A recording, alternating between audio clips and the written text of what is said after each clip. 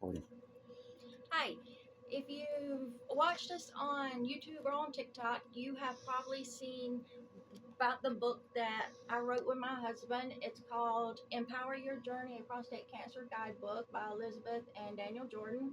And it's not very long, it's 105 pages long. And as you can see, it's written fairly large where you can see it. It's an easy read. I don't like books where it's written so tiny you need a magnifying glass to read it. Um, it starts with telling when you hear the word cancer, how it makes you feel like you've been busted in the head with a brick. It goes through the time length of how long it takes you to hear the word cancer to the time it goes through your test. So it gives you a timeline for the test and things that you'll go through. Now, if you've ever wondered, does radiation therapy work for prostate cancer? Now, let me tell you one thing first. If we had stayed with the doctor that we were with, Daniel would have never been diagnosed because the doctor did not do PSA test. That's your prostate specific antigen test, and that checks your prostate numbers. That's what you want to look for is your PSA numbers. We changed to a different doctor, and he said with all of his new patients, he wanted to do extensive blood work. And asked, was that okay? And of course, we said, sure, we would like you to do it because if there's something wrong, we'd like to know it. First off, his white blood count was up. That's a sign there that something is not right. Your body's fighting an infection, and you just have to figure out what it is.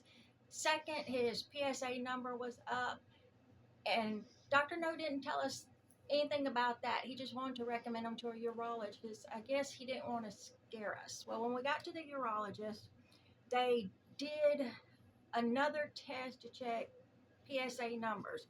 Okay, when they checked that, and I'm going to show you these papers, his number was 19.7. Now, it should not be that high. For an 80-year-old man, it shouldn't be over 4. Now, we have heard of men. There's one guy who went through radiation with Daniel at the same time. He was 35 years old. They caught his late in stage 4 and he passed away from it. Guys, we don't want that. Transgender women, you still have your prostate, so make sure you have your numbers checked also. Tell your doctor to, whenever they do a blood test, tell them to check your PSA numbers because you want to be safe. And prostate cancer is curable, but it has to be caught early. Now, this was in 2023 when his numbers were so high. So he went to a urologist, and we had no clue what we were looking for or what was going to happen. They did a prostate biopsy, and we tell all about it in this book. We tell everything, and we tell you the mistake we made with the biopsy and how we would have done it differently. And it's something you need to read because we would have definitely done it differently. And if Daniel has to do it again, it will be done differently. Now, when cancer cells are detected, this is basically what your prostate looks like. And if you can see here on this side, it was cancer cells. In the center was pre-cancer, and on this side, there was no cancer cells. But if you see this right here, this is what the biopsy showed. The pink cells is cancer. That is the cancer cells. And as soon as this paper come back and I saw the pink cells, I was like, oh my gosh. Because my mom had had breast cancer three times and cancer shows up pink.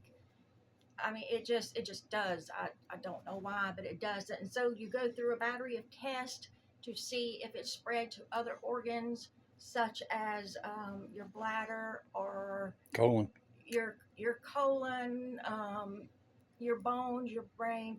One guy that we met and we become family with them, he was in stage 4, and he's been through radiation several times. He's been through chemo several times, and we just found out 2 days ago that there's nothing else they can do for him. It spread to his kidney. He lost a kidney.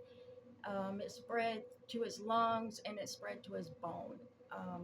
And his wife told me yesterday that there's nothing else they can do for him, and that breaks my heart. But now, does radiation work if it's caught early? This is Daniel's numbers starting from January 31st, 2023 to January 14th, 2025. So his numbers started on this one, it was at 15 was high, and then it dropped to, this is 15, and then it dropped to 0.25 here. So that's less than 1. That's miraculous. This is the scale of before radiation and after. So that shows you radiation does work. It does lower your PSA.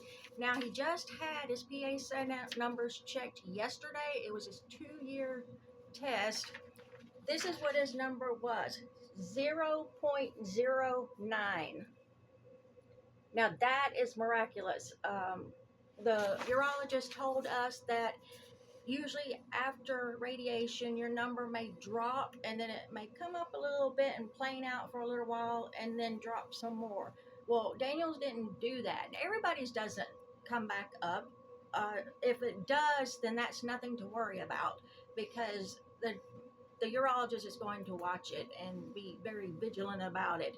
After you complete radiation, if anybody knows anything about cancer, you know you get to ring the bell as completion, and you get a certificate like this signed by all your team, your nurses, your doctors, and it's something that even today when we went up there for our friend when he started radiation,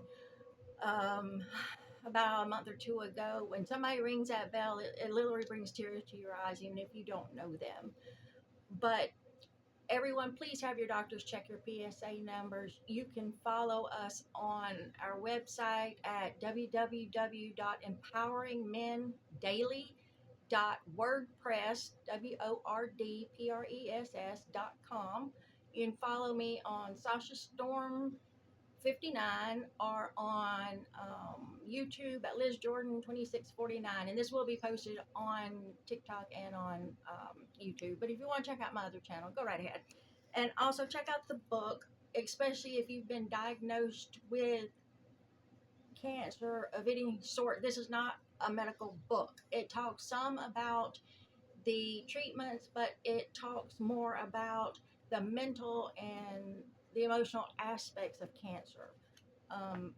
I'm a psychologist, so that kind of threw us for a loop.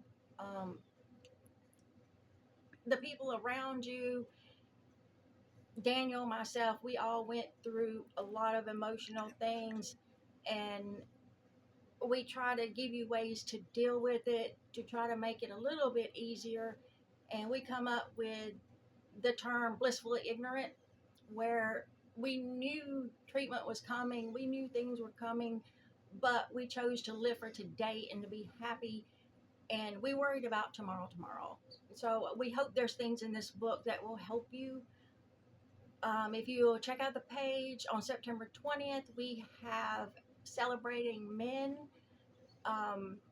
It's a bell ringing ceremony. We have people in Italy, France, Brazil, all over the world going to ring bells at 6 p.m. their time. There's church bells going to be ringing. If you're in the Columbus, Phoenix City, Columbus, Georgia area, Phoenix City, Auburn, Alabama, anywhere like that, you can join us, and we'll let you know as it becomes closer to September 20th where we will be. We're going to make a big deal out of this. We want to celebrate the strength of men who are going through cancer, who have had cancer and are survivors, and the ones that we sadly lost to cancer as far as men. And it's to celebrate the strength of men, because they do not get the accolation they need for being strong, especially through dealing with something like this. And this is something, after us going through this, we would like to change it.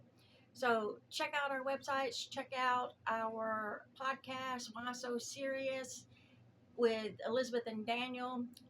Send us messages, let us know what you think. If you have any questions about anything I've talked about, please message me and let me know.